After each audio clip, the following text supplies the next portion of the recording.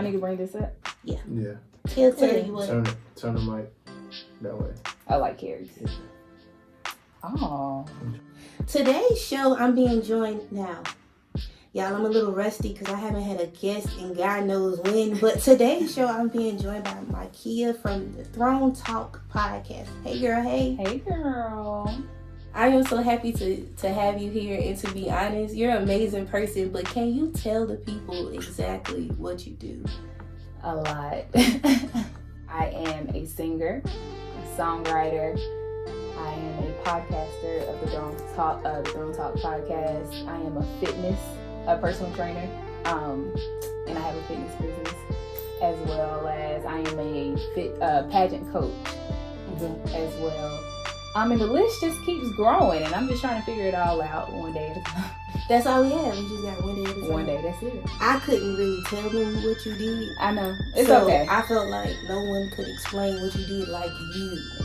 I understand. Yeah, so that's why I had you do all that, because the list does go on. It does. And like I said, one day at a time. One day at a time. So we're going to do some icebreakers. Like I said, I'm rusty. I haven't done this in a while. So yeah, let's do some icebreakers. So the first question is always the same question. Tupac or Biggie? Wow. Pac. Okay. Do I need to explain why? Nah, you never have it's to the nose explain ring. that. No, I'm just kidding. You never have to explain that. You would have to maybe explain Biggie, but Tupac, no. Pac, for sure. Okay. So if you had to clean up the house, what's your go-to cleaning album? The cleanup album? Mm-hmm. It depends on what mood I'm in, but if I had to choose, like right now, in this moment in time, it's going to be Beyonce's Renaissance. Cuff It just gets me there. It puts me in a mood. So in this moment in time, I'm going to say Beyonce Renaissance. But, any other day, you just never know. I might listen to the Isley Brothers or I love music. I really, really, really do love music and everything about it. See, mine never changes no matter what comes out. It's After the Pain by Betty Wright. Wow. It's always that. It's always that one. Yeah, it's always that one. So this question, these two questions I made for you. Like they were designed for you. Okay, so what kind of proposal would you choose? So this is what you have to choose from. Small and intimate with just the two of y'all. Family and friends being present. Or something lavish. Now, something lavish could be something of sort like them announcing it at a football game or something like that. What kind of proposal would you choose? And you don't have to tell me why. The proposal, it could be seen, like everybody could see it. It could be lavish. It could be in front of just family and friends. I wouldn't mind none of those. Like, I would be fine. Because, like, at least you're putting a ring on the finger. Yeah. Let's be clear.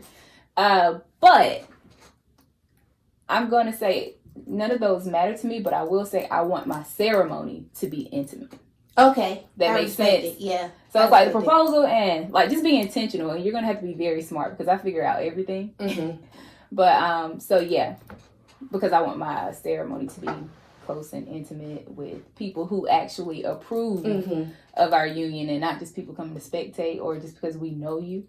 So everything, the proposal, do it how you want to do. Just be intentional and be smart about it because, like I said, I figure out everything. Yeah, I think it takes away from it if I actually know. Know what? Like if you are supposed to surprise me and you're doing stuff that you regularly wouldn't do, like telling me to go get my nails done And I'm a tomboy? Yeah. No. You got my best friend from Texas in town, and she don't come here. Like, I don't really like Not only that, don't do the photo shoot. The you proposing behind me photo shoot thing, I've seen it a million times. The thing is, I'm not doing the photo.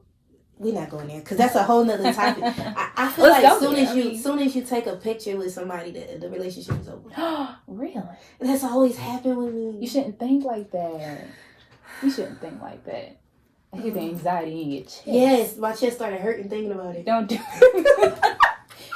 Let it go. Like I just feel like because I got this thing. So if you pin contact in my phone, you have to have a picture with me. Yes, it sounds very vain, but I like to see me with everybody that's in my favorites because I like me. So I like them to have all the picture with me, but then my favorite man of the time be the one because Yeah, I feel it. I had to watch what I said. But I understand. I understand. The favorite of the moment is usually pinned for the week. Mm-hmm. And so, like, I'll be like, yeah. Talking about the favorite man. Yeah, the favorite man. Of the week. Because my friends never changed. The order never changed. But that last person changes from, I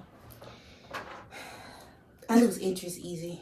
I feel it. Yeah, so it's like, which we about to get into why I lose interest easy. That's why I would love to understand. Yeah, we're going to get into that. So this all makes sense if y'all think that we not making sense. It all makes sense. But yeah, so that pen contact, we sitting there, we chilling, right? We going on a date, we doing whatever we doing. Mm-hmm. So like, I'll be like, yo, let's take a picture. Let me see how we look together. Mm-hmm. And then like, as soon as I take the picture, you piss me off 2 days later. It always happens like that. What does he do to piss you off?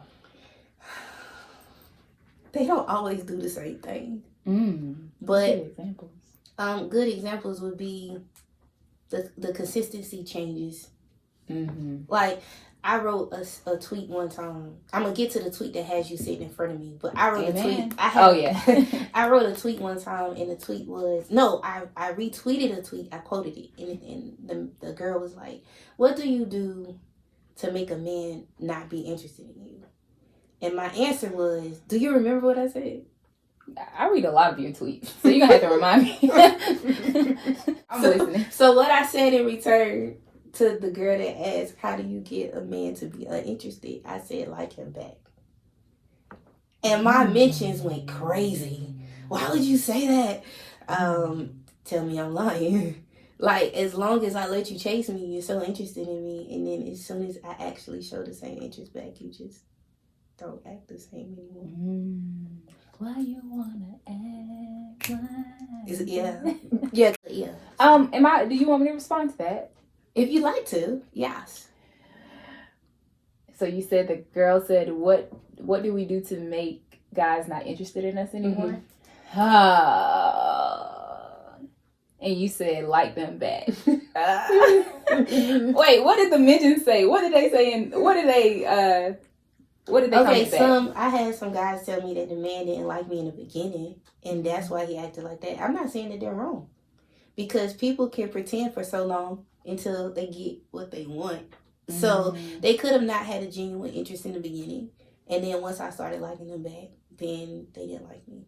Then I heard someone say something on the lines of, well, maybe you do too much. How you gonna tell me I do too much? I mean, I could, but like, that was just an assumption. Like, I believe when it comes to relationships, because they are so important, because they are a reflection of who we are as people, because they impact our decisions in this life, because they are so delicate, I feel that they need to be handled with care. Mm-hmm. And I believe that everyone doesn't deserve the opportunity or doesn't even deserve the application to be in a relationship with you, if that makes sense. So, just because you want the job or you're attracted to the job or, it doesn't necessarily mean this is the job for you. It's not, and that's okay. That's totally fine. And I want you to be happy and I want you to do whatever you want to do in life. However, I know what this job requires. Mm-hmm. And what I mean is I know what it requires for someone to be in my life, and what I'm going to give back as well. It's not just take, it's give too. And I know what it's gonna, I hope I didn't hear anything, but I know what it's gonna require. Mm-hmm. So let's just save ourselves a lot of energy, wasted energy. And let's just respect what it is. One of the things that I'm learning is that every relationship or it doesn't have to be romantic. Right. And I love that now for me. Because before I was so obsessed with having a man in my life, and who's going to be the man in my life, or like a potential husband or a boyfriend or whatever like that. But now I'm realizing that I'm not just attracted to men because of that alone. Mm-hmm. I'm attracted to you for a plethora of reasons, but we always jump into I want you to be my man, I want you to be my woman pool. Right. And I feel like it messes up everything. And then not only that, going into what we're talking about today, we dive in head first. Yeah. Literally. Yeah. Or, we definitely cross the line, talking about sex, of course. And it just muddies the waters. And now I hate you. Right. And I've only known you for a month. Right. Why do I hate you? Why do I hate you? Do I even know you enough to really, really hate you? Right. And so, those are my thoughts on that.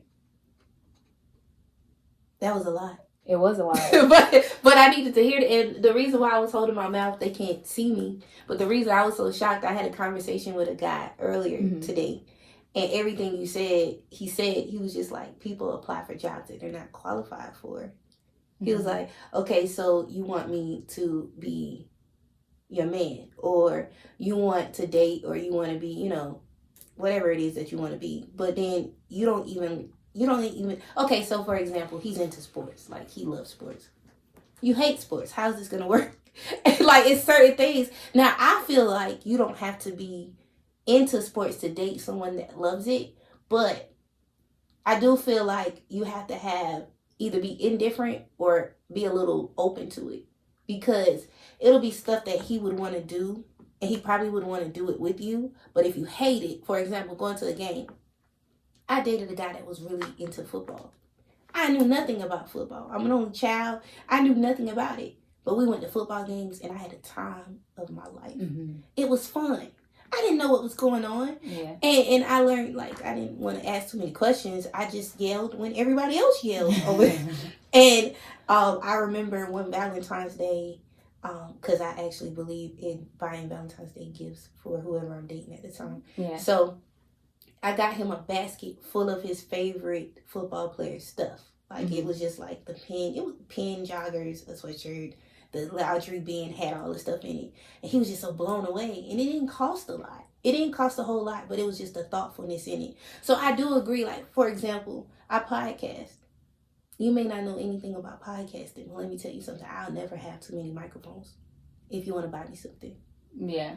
Like, so showing an interest in what I like or what I'm passionate about. I do feel like when I'm dating somebody, they need to do that. That may not be on the list of things that you like, though, because what's 80 for me might be 20 for you. So it depends on what's important for you. So I feel like, ultimately it comes down to respect. Do I respect you as an individual in general? No matter what you like, no matter like, do I respect you as an individual? And not only that, I require that same respect. Yes. So don't try to change me. I'm not going to try to change you. It just simply comes down to that one thing, respect for me. And then I feel like a lot can be built upon on top of respect. And who knows where it's going to go. Right. I don't know if it's going to be a relationship or whatever. There was this guy who I kind of liked. We weren't dating. But I was like, you know what? I don't feel like I'm supposed to be dating him. I feel like he's going to be a great business partner. And I feel like, if we cross the line or anything like that, then I feel like it's gonna damage what God could really do in this relationship. Right. So respect, discernment, all the other stuff, and like you said, or like I said before, about everybody is not qualified for that position in your life. Right. And not qualified as in they're less than, but more so of like, you just don't have the qualities. And I'm not gonna try to change you to have those qualities. So I freely let you go. And it's okay. Yeah, and it's okay. And we're going to be in peace when we depart. And it's going to be all right. And it's going to be okay. And as long as you don't waste any time, that's when you can actually be friends after the fact. Or, because I had a love interest at one time. We've been friends since I was like 18 years old. And he showed like, I would say a couple of months ago, he showed like romantic interest. So we tried to talk at that capacity. But we ended up getting into it, like, dating issues. And I realized one day I texted him and I was like, I miss you, but I miss my friend. And I'm so glad that we never had sex, because if we had sex, I probably wouldn't be able to still be friends with you. So we didn't ruin anything. Yeah. We were able to like step back and be like, okay, we're not compatible in that capacity. We don't need to move forward. Like, we're great friends. And yes, I think you're attractive. Come on. And you will always be attractive. Let's be real. But we don't need to dibble and dabble with that. Yeah. So I wrote another tweet. And the tweet was, and so y'all know that I come back and when I'm wrong, I actually do correct myself. So let me finish that part. So the tweet was, celibacy taught me that without sex, a lot of men have nothing to offer.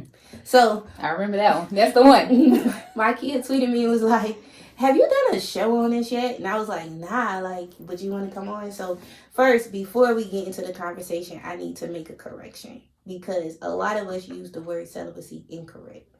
We use the word celibate incorrect when the correct term is actually abstinence. Celibacy, a good example of someone that is celibate would be a priest or a nun because those people decided not just abstain from sex, from that. Abstinence, I hate to get this detail, but it's no genital contact at all. So if you are engaging in oral sex, you are not abstinent. And a lot of people do not understand that. If you are allowing someone to touch you, you are not abstinent. You're not. Now, if you are pleasuring yourself, that's different because that's not contact with another person. But if you... Because abstain means to refrain from.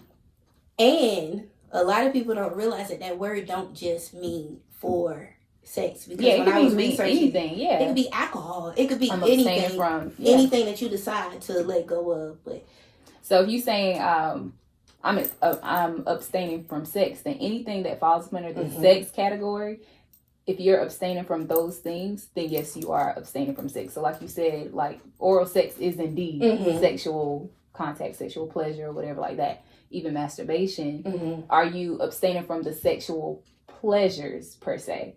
Now, am I abstaining from sexual intercourse? It depends on you because I read somewhere where some people don't even kiss. When they're they don't kiss because I guess that's a thing for them. So they're not intimate you could have emotional intimacy, but we talked about this already. Like they're not having any type of physical intimacy with someone else when they're abstinent. But I had to correct that because the tweet was written incorrectly, and so many of us. I'm not the only person that used the word celibate. People know what it is. They know what it is though. You're not having sex. They know what it is. See me, I be lying though. Let me explain. Okay. Because I don't actually be celibate or abstinence. It's more like I just ain't doing it. It's not like I have like a certain time frame where I'd be like, oh, you know what, I'm gonna take a year off. I just be like, I ain't doing it no more. I just and then yeah. But right now I ain't doing it. So are we getting into it now? Yeah. Okay. We here. Yeah, we're here now. All right. Okay. So this is I don't know. So let me just say this. I grew up in the church all my life. And what does the church teach? Don't have sex until you're married, right? And so, probably, when I'm in high school or whatever like that, now I'm, kissing boys, all this other stuff that I'm still a virgin, and, but this is what I was playing in the devil's playground. Okay. So I wasn't, allowing a guy to penetrate me or anything like that, but I was definitely in the devil's playground. And dang, I can't even say it on here because it's PG, but were you having oral? No, well, oral. Okay. So let me just say this. I was on a rampage of, I got my heart broken. And because I was someone who was waiting until marriage, the guy who I was dating at the time, him and the girl he was cheating on me with, they made a mockery of it, and so after that, I went on like a whole rampage. I was very vengeful, and so every guy I would deal with, I would still be like, oh, I'm a virgin, and all this other stuff like that. But I was definitely getting them aroused. Okay. That makes sense. So I'm trying to keep it PG. So I was definitely still getting them aroused. Now I'm in high school now, so I'm talking to multiple guys, all this other stuff like that, getting them to that point, leaving them hanging and all this other stuff like that. And it was a very dangerous territory right. to be in. Mm-hmm. And so fast forward probably like a year out of high school, this is somebody who I deeply, deeply care about. Me and him, we had a moment he performed oral on me, and I could have been raped basically, because it was to the point where he could have penetrated, blah, blah, but I had to call his name and be like, hey, yeah, like, stop. Right. Stop. And so the light switch came on or whatever, and he did stop. And in that moment, I told myself, I said, I can't do this again. Mm-hmm. I said, I can't. That was 2013, 14 or something. I said, I can't do this again. I can't put myself in the position again to be raped or to even do a man like that in that way, because it was wrong. Because I knew my intentions were to keep myself until marriage, but the fact that I knew they wanted something more was very manipulative. Mm-hmm. So after that, then I was talking to a guy, and we would make out, and he used his hands. I know we're keeping it PG. Yeah. He used his hands in certain places or whatever. And I remember saying, I can't do this. And I said, I can't do this anymore neither. Mm-hmm. Which was allowing a guy to place his hands, da. And so gradually, I just refrained from it. It wasn't like because at the time I thought because I still had my virginity, right, I was still abstaining, when really I was, like I said, playing in the devil's playground. So this is like 2014, 2015. And like I said, the guy, he used his hands or whatever.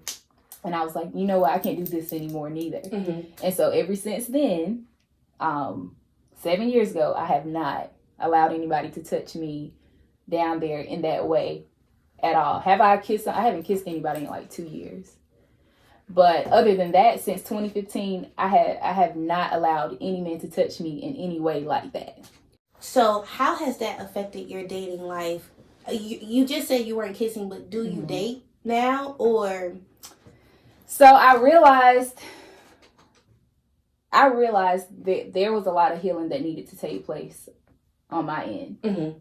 Right? And I knew that, if you're dating somebody, that is something that a guy would expect. But not only that, we're human. Right. I have hormones as well. Mm-hmm. Amen. And, and so I was just like, this is not realistic for me. If I know my goal is this, to keep it until my last name is changed, then it's not realistic for me to keep putting myself in these situations, or any guy who doesn't believe the opposite of what I believe, Mm-hmm.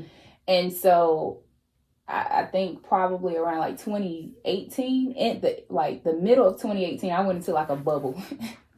I tried to attempt to talk to guys, but not like that. So nobody has my number. I don't pass out my number. I don't give people my number. I don't play that, only because not only do I know this, that men are going to be interested in this way, but I also know the power that I carry as an individual. I know there's a lot of things that God wants to do in my life as well. And I know that part of my life will be a distraction. Now, the question was, how has it affected my dating life? It's been very hard dealing with rejection when knowing that I have a connection with the guy. Right. Knowing that I really do like a guy, and the guy likes me back. And because I'm not doing that particular thing, then you ghost me for whatever reason. Mm-hmm. And there has been more guys who have made a mockery of it, more than guys who actually respected it. There was probably only 2 guys that I ever talked to who just really truly respected, that I was still keeping myself or whatever. Now, today's time, if I date a guy, right, mm-hmm. they don't mock it.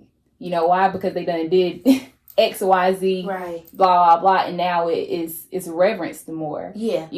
They respect it more because, they done live their life the way they wanted to live it. And it's rare that a woman has done that. Mm-hmm. But, starting back in 2012, like I'm still in high school, I'm graduating high school, we're all still young in the mind, and we don't even understand the significance of sex for real. Mm-hmm. So, of course, they were mocking me and all this other stuff like that. And there was one guy, he was like, you think you some effing goddess? And I was like, I do. Mm-hmm. I do think I'm a goddess or whatever. But just dealing with rejection alone has been my story for a long time, and not just in the dating world, but, you know, being rejected in the pageant world and not given the opportunities to actually become Miss South Carolina, or, you know, my father not being in my life, just rejection on so many levels. So the reason why I went into that bubble is because I knew I needed healing. And I didn't want to project my rejection on other people. I'm going to say this, and I'm not just saying this because I know you.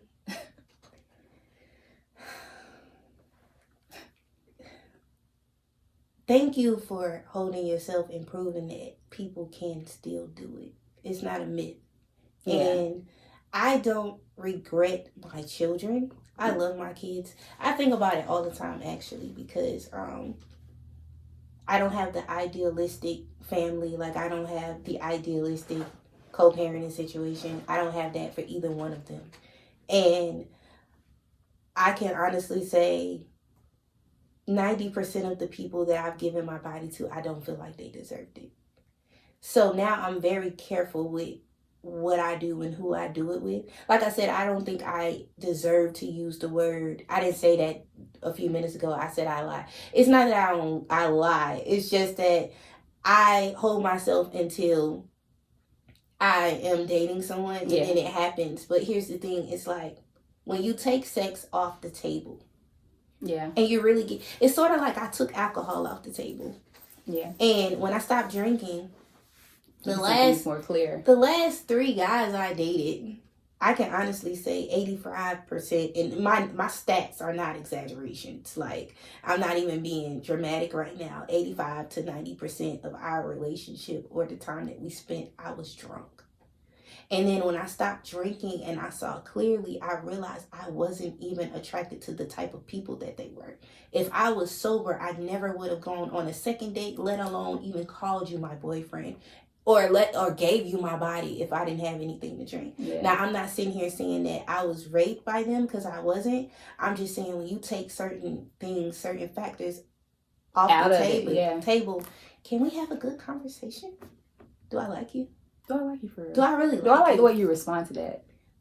A man told me, the same man that we were talking about the qualifications of even wanting to apply for a job, apply for a relationship. He said he doesn't have sex with women that he thinks he will hate himself if he procreates with them. Yeah. And he doesn't, he's like 33 years old. He doesn't have any kids. But he said, I have that thought. He said, I used to do it. Like, I used to just do whatever. I'm not going to tell you that I was just, you know, remarkable my whole life. I used to sling it every which way. Yeah. But he said recently I started thinking about that. Like, if she slipped up and she got pregnant, could I look myself in the mirror? I tell people that all the time. I didn't mean to cut you off, but I tell people that all the time. Like, if I was to say, let's just say I don't want to keep myself anymore, right? Mm-hmm. And today I decided I want to have sex. I'm not having sex with a man I can't see myself having a child with, because the first reason for sex is reproduction. Let's be real. And I'm not doing it. And it's just kind of like having children, you know, that is something so special and so sacred. I want to make sure, because I know my history and my relationship with my father, which me and him are rebuilding, but I know how it was. And it's like, I don't want that for any child that I bring into this world. You at least gonna have a good daddy now, you know? Right. I don't know if me and him are gonna, you know, make it, but I want to make sure that he is a fit father for the seeds that I decide to bring into this world or birth into this world. And the thing is, you could know somebody for years and you don't. I see it all the time, and I'm not gonna keep you here much longer. I sound like the preachers. You're good. But take your time, Pastor. Take your time. But you see the statuses where they say you picked them, right? Like, oh, he was trifling the whole time. Okay, let me say, as a person that don't have active fathers in her kid's life, I'm gonna say this. Neither one of my children's fathers had kids already. Mm-hmm. So I didn't have any point of reference. That's the first thing. Yeah. Secondly, children changes people. Not only did it change them, it changed me. Yeah. Because when you go through postpartum and all these other things, some of the things that you say to a man when you're going through depression, they don't look at you the same either. And that's something that people don't talk about. Yeah. Some of us, I'm going to just be modest and say us, because I don't feel like I did that to the men in my life. But some of us, we actually can push a man away. Yeah. Because of, you know, we weren't educated on what happens when you have a baby. Yeah, or the postpartum. Like, I'm going to definitely need y'all, like, when I have kids or whatever, because I don't know that experience. But what I do know how to do is be a single woman. Right. I know how to do that, top to bottom. But what you were saying, like, okay, so this is my perspective now on life. We don't have to do it on our own. And I know everybody doesn't subscribe to Christianity or whatever. But I constantly, if anybody wants to know what I do in my life, I constantly and consistently submit all of my relationships, not just romantic. I submit all of my relationships to God because, like you said, like, people change. Mm-hmm. People literally change. Like, certain circumstances, under certain pressures, people don't know themselves. I don't even know who I'm going to be 10 years from now. Right. I know who I hope to be. Mm-hmm. But I know that I'll be okay if I constantly and consistently submit my life to God so he can show me how to navigate my life. Mm-hmm. Because here's the thing, like, you know how your child feel like they're just discovering something about themselves and they want to do something and then they fight you on it and you're just like, no, I don't think you should do that. Why do you tell them that they shouldn't do that? Because you already know. Right. Not only because you've lived that life, but because this is your creation. Mm-hmm. You kind of know how your child is wired and you've studied them for a while and you know what's best for them. Mm-hmm. Same thing with God, right? So it's just like, oh, okay, so you know who I am. And so it's just kind of like, I don't even know. I'm just discovering this part of myself. So who I am now, I didn't even know I was going to be this person. Right. I'm glad I'm this person. But I didn't even know I was going to be this person 10 years ago when I was graduating from high school. I didn't know that. And when I look back over my life, and I think things over, no, but when I look back over my life and I start thinking about it, it was just kind of like I wouldn't let up when it came to my relationship with God. Mm-hmm. I just wouldn't. No matter how much I messed up or anything like that, I just wouldn't let up. It's like, okay, I know what they've said in the church, and let's just be clear, like, a relationship is way beyond the building. Right. And if I'm keeping it real, I haven't been to church, like, post-COVID for a while. I've been online and different stuff like that. Mm-hmm. But when I look back over it, or look over my life, and I'm just thinking about why I was able to keep myself, or why God put that specific instruction in the life book, it's because I won't be fooled up. Right. You know what I'm saying? Right. Or because I'm constantly discovering myself and I don't know who I'm going to be. And he'll tell you something. This is the gift of discernment. But, like, he'll tell you something probably 2 months prior about a person. Or just like, you probably shouldn't date this person. And you're just like, I like him. Yeah. He's so fine. Yeah. He's chocolate, tall, dark, and handsome. White teeth. He ain't got no kids. He da-da-da-da. And God is just like, don't date him or something, because like I said, everybody doesn't subscribe to talking to God or whatever, but something, he gives you intuition. It's a sign, something. He gives you intuition, so you'll hear something say, or something in you, or you be like, but you also feel your flesh as well. Right? Like, yeah, like, we about to get it popping. We about to get it popping. Like, so oftentimes we submit to that, right? Because it's that first urge, it's the natural urge. But feelings are only indicators. Mm-hmm. That's it. They're not supposed to be our dictators or anything like that. And so, like I said, now I'm realizing how weak the flesh gets, honey. Because let me tell you, I could have had 5 kids right now. And I'm telling you that. I'm so serious. Because there's this one guy, he could have had, I would have had all his babies. And that's a fact. But when I thought about it, I was like, this is not wise. Mm-hmm. Something is telling me this is not wise. And as time goes on, I'm just like, I understand now. Mm-hmm. I understand now. So, yeah, I don't know how I got to that, but yeah. Because you needed to say it. That's what it was. I needed to say it. Now, yeah, the flesh be weak. Come on. It be real weak. 1 to 10? Yeah, it be 11. Yeah. It be real weak. But the Lord is not finished with me. But I ain't come here to preach, so we go. Listen. And it's never mind. We ain't even gonna go there. We gonna do a part 2 on this, because I feel like this conversation is not done, and I need to talk to you outside of this, because the anointing. I'm not about to prophesy. Oh shit! Yeah. We're not about to do. But before I go there, and we go to church in here, I want you to tell the people where they can find you at.